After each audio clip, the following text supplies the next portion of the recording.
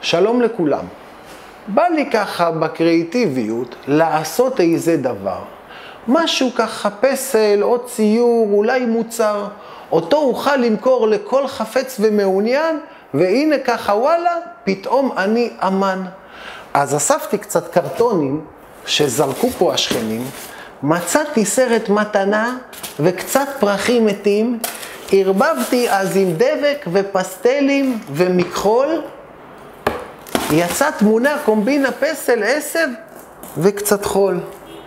עכשיו אוסיף מסגרת או אתלה כך סתם על וו. אם אעמוד ליד עם דגל, וואלה כבר מיצב. רק צריך למצוא פרופסור ידען באומנות, ייתן מכתב, ימציא מילים, יגיד אני אמן בזכות. הנה יצרתי, לא מכרתי, ניסיתי, לא פשוט.